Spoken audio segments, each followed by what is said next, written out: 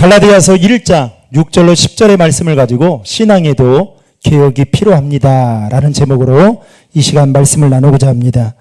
1517년 10월 31일 마틴 루터는 당시 타락한 중세교회의 개혁을 외치며 비텐베르크 대학 교회 정문에 95개조의 반박문을 붙임으로 종교개혁을 일으킨 지 507주년이 되는 종교개혁주일이 바로 오늘입니다. 마틴 루터의 종교개혁은 암흑기라고 불리는 중세시대의 타락한 교회를 단 하나의 목적, 개혁하기 위해 힘썼던, 한마디로 말하면 교회 개혁이라 말할 수 있습니다. 콘스탄티누스 황제의 교회 공인 이후에 교회는 내부적으로 상당히 오랜 기간 동안 부패하고 그리고 매너리즘에 빠져 있었습니다.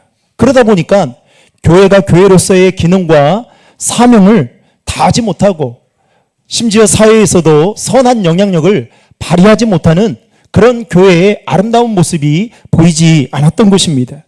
더욱이 그 당시 교회 안에는 성직매매, 수도원의 타락, 심지어 교회가 세속적인 권력을 추구하고 세상과 적당히 타협하려고 하는 그러한 행위들이 버젓이 일어나고 있음으로 말미암아 교회는 교회다움의 그 모습을 완전히 잃어버리고 말았습니다.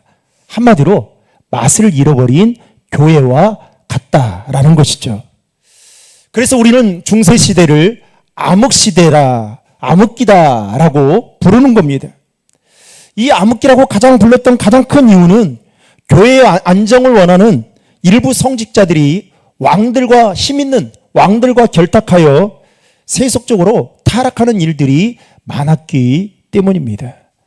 이러한 교회의 부패를 개혁하기 위해 마틴 루터를 포함한 존 위클리프 그리고 얀 유스 심지어는 발도파 이런 사람들이 시대마다 교회의 본질의 개혁을 회복하기 위해 힘썼던 시도가 계속해서 있어 왔습니다.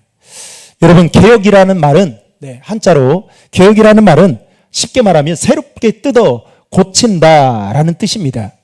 거기에 보면 개혁이라는 한자에 보면 고칠 게 가죽 혁자로 되어 있죠. 즉 가죽으로 필요한 물건을 만들려면 여러분 짐승의 가죽을 벗긴 그 생가죽을 그대로 쓸 수 없어요.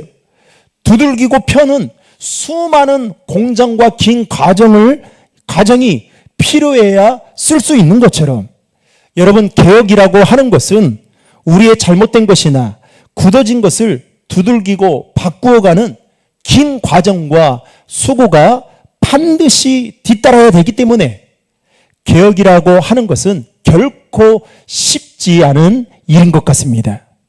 요즘 정치권이나 정당에서 하는 말들이 온통 개혁이다, 혁신이다 이런 말을 참 많이 합니다. 그러나 여러분 우리는 텔레비전을 통해서 보았듯이 이 정치인들이 바뀌지 않는 그 모습을 보면서 이제는 새삼스럽지도 않습니다. 아니 개혁이라는 것 자체가 우리가 생각하는 것처럼 결코 쉽지 않다라는 거예요. 여러분 사람 바뀌는 것이 여러분 쉬운 일입니까? 잘못된 것을 새로 뜯어 고치는 거 여러분 이게 쉬운 일이에요? 어떤 교회가 그랬대요. 옛날에는 여러분 이 강대상 교회 안에 있는 모든 물건들을 성물로 생각해서 얼마나 애지중지했는지 몰라요. 그래서 강대상에도 옛날에는 제가 신앙생활 할 때만 해도 못 올라왔어요. 신발 신고 왔다? 이거는 출교의 대상감입니다. 그런데 어느 교회가 이제 건의를 낸 거예요. 이제 드럼을 놓기로 한 겁니다. 그런데 웬 드럼이요? 드럼하면 얼마나 그게 이렇게 시끄럽다 생각하고 좋지 않잖아요. 그래서 이 드럼을 놓고 드럼을 교회에다 들여놔야 되냐 말아야 되냐 이걸 가지고 설왕설래하면서 막 여러 회의를 통해서 막 이야기가 된 겁니다. 그래서 드럼을 놓게 된 거예요. 어렵게. 그런데 문제는 드럼을 조금 옮기면 좋겠는데 옮기지 말라는 거예요. 옮기면 여러 가지 제약이 있다고. 그러니까 여러분 그 교회가 어떻게 했느냐 1년에 1cm씩 드럼을 조금씩 옮기더래요. 여러분 우리가 볼 때에는 그 옮기는 게 문제가 되지 않을 수 있겠지만 어때요? 그렇게 또 다른 새로운 시도를 한다는 것이 결코 쉽지 않다. 그런데 새롭게 뜯어 고친다? 이거는 더더욱 어려운 일이다라는 거죠. 그럼에도 불구하고 중요한 것은 우리의 신앙에도 개혁이 반드시 필요하다라는 것입니다. 오늘 말씀은 갈라디아 교회가 올바른 복음을 따르다가 바울이 떠난 뒤에 다른 복음을 따랐던 자들이 하나둘씩 생겨나기 시작했습니다. 그때부터 문제가 되었던 거죠. 특별히 예루살렘 교회에 파송된 자들 가운데에는 다른 복음을 전했던 자들이 있었습니다. 그래서 바울은 오늘 본문에서 이렇게 말하는 거예요.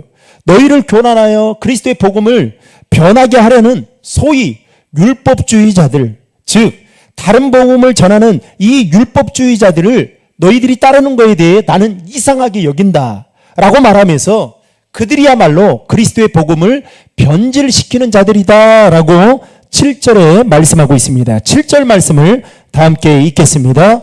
다른 복음은 없나니 다만 어떤 사람들이 너희를 교란하여 그리스도의 복음을 변하게 하려 함이라.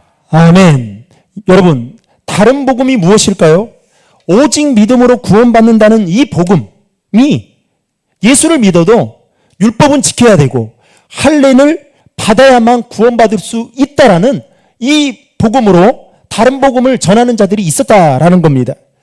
여러분, 지난 화요일 PD 수첩을 통해서 여러분 유광수 목사의 그 다락방 교회의 실체를 여러분들이 보았을 겁니다. 저는 여러분들이 봐야 된다고 생각해요. 그래서 신앙에 그것을 보면서 이단들은 얼마나 어떠한지, 여러분 이단 빠지면요 답이 없습니다. 이단에 빠지면 가정이 완전히 폭삭 무너져요. 헤어나올 길이 없습니다. 10명 중에 제가 알기로는 10명 중에 2-3명도 나오지 못해요. 그렇게 어떻게 해요?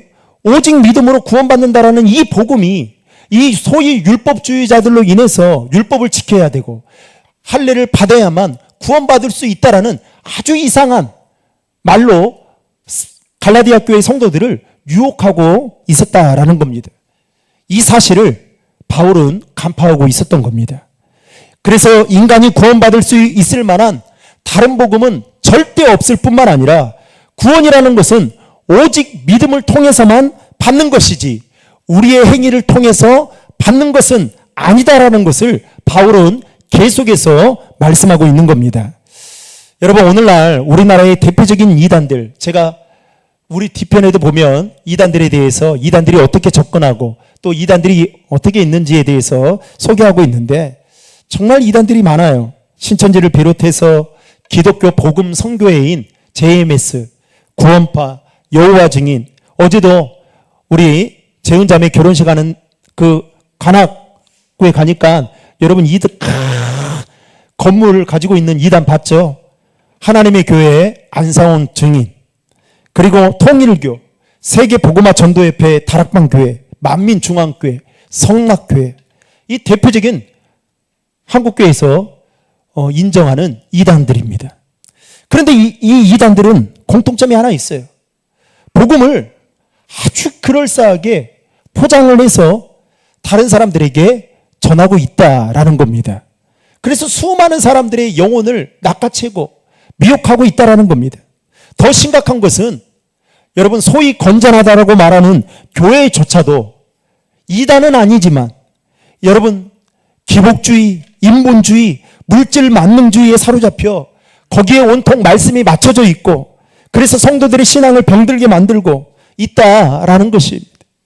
따라서 오늘 말씀을 통해서 우리의 신앙을 반드시 돌아볼 필요가 있다라는 것입니다. 여러분, 하나님은 우리의 마음대로 조정할 수 있는 분이 아니십니다.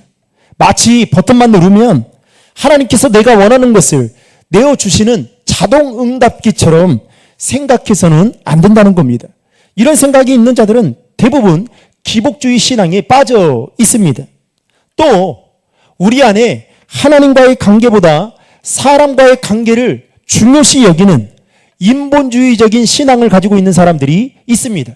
교회는 예배 드리려고 오는 것이죠. 그런데 인본주의에 빠져 있는 사람들은 교제하려고 오는 거예요. 게다가 돈을 가장 소중하고 가치 있는 것으로 여겨 지나치게 돈에 집착하는 물질 만능주의에 사로잡혀 있습니다. 돈이면 다 된다라는 거예요. 돈이면 교회도 세상과 타협할 수 있다라는 겁니다. 이거에 대해서 우리는 철저히 경계해야 할 필요가 있다라는 것이죠. 왜 그렇습니까? 이것들에 사로잡히게 되면 우리의 신앙이 병들 뿐만 아니라 우리의 신앙의 균형성을 잃어버리기 때문입니다. 따라서 오늘 이 시간 우리의 신앙이 기복주의적이고 인본주의적이고 물질 만능주의에 혹시 사로잡혀 있지는 않는지 생각해 보면서 만약에 이것들로 인해 우리의 신앙에 여러분 성장하는 데 걸림돌이 된다면 오늘 이 시간 여러분 이것들로부터 진정한 개혁이 저와 여러분 안에도 일어날 수 있기를 주님의 이름으로 축원합니다. 그러면서 바울은 오늘 본문 10절에서 자신의 심경을 다음과 같이 밝히고 있습니다. 10절의 말씀 다 함께 읽겠습니다. 이제 내가 사람들에게 좋게 하랴 하나님께 좋게 하랴 사람들에게 기쁨을 구하랴 내가 지금까지 사람들의 기쁨을 구하였다면 그리스도의 종이 아니니라. 아멘. 지금까지 바울은 복음을 전하는 과정 속에 많은 어려움이 있었습니다.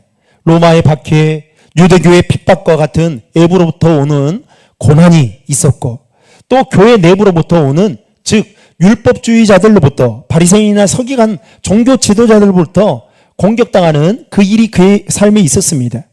바울을 모함하고 바울의 사도권을 의심하고 심지어 그가 전한 복음은 잘못된 것이다 라고 하면서 바울을 공격하기도 했습니다. 그러면서 그들은 바울에게 율법에 관한 것에 있어서 수용하라고 수없이 타협을 요구합니다. 그럼에도 불구하고 바울은 단호하게 그들과 단 한 번도 타협하지 않았습니다. 바울이 그렇게 그들과 타협하지 않았던 이유는 그들과의 타협은 사람을 기쁘게 하는 일이지 하나님을 기쁘시게 하는 일이 아니다라고 생각했기 때문입니다. 이러한 태도와 자세가 바울을 위대한 복음 전도자로 세울 수 있고 그를 통해서 수많은 사람들이 주님 앞에 돌아오는 원동력이 되었던 것입니다.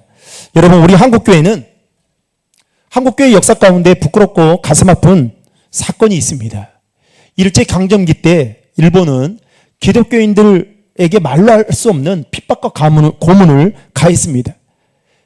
기독교인들을 끌고 가서 십자가에 묶이고 무차별하게 폭행하고 여성들 같은 경우에는 나치 상태로 전신주에 머리카락을 묶어서 퇴영을 시키기도 했습니다. 그러면서 며칠 동안 대중들이 보도록 그것을 방치해 두는 이 끔찍한 일을 행하기도 했습니다. 그러면서 일본은 천황을 숭배하라고 강요하기 시작합니다. 그러자 처음에는 교회가 그 신사참배에 대해서 강력하게 반대합니다.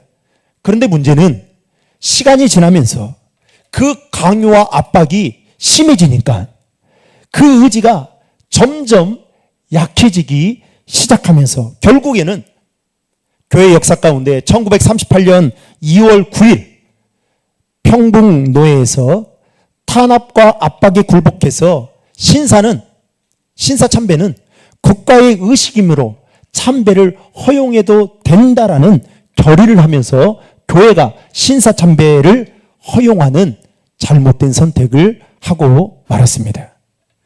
당시 신사참배의 문제는 교회냐 신사냐 하나님이냐 천황이냐라는 택해야 하는 그 기로의 상황 속에서 교회는 그럴싸하게 교회와 신사는 선택의 문제도 아니고 별개이고 교회는 하나님을 섬기는 것이고 신사는 나라에 대한 애국이다라는 그럴싸한 논리를 펴서 적당하게 타협해서 결국 신사참배를 허용하고 말았다라는 겁니다. 여러분, 마귀는 오늘 우리에게도 다른 모습으로 타협을 요구해 올 때가 많습니다. 저는 그 중에 하나가 주일 성수에 관한 것이 아닌가 싶습니다.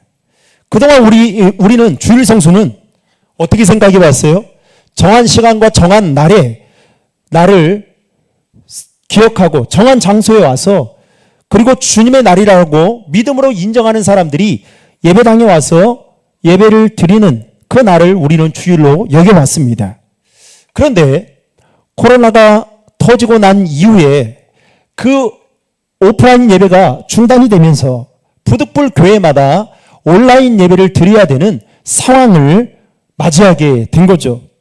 그럼에도 그때 당시에 몇몇의 교회들은 현장 예배를 고수하고 또 적발되어 벌금을 낼지라도 현장 예배를 드려야겠다. 그래서 고수했던 교회들이 있었습니다.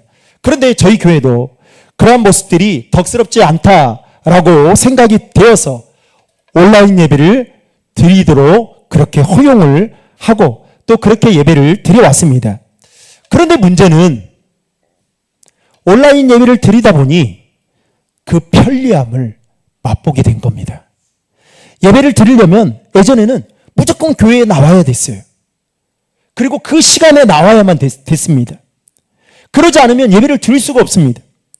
그런데 이제는 온라인 예배를 드리다 보니까 여행지에 가서도 예배를 드리게 되고 또 예배를 드리는 시간도 주일 오전 11시가 아닌 자신이 편한 시간대에 취사 선택을 해서 온라인으로 예배를 드릴 수 있다는 그 편리함을 누리게 된 거예요.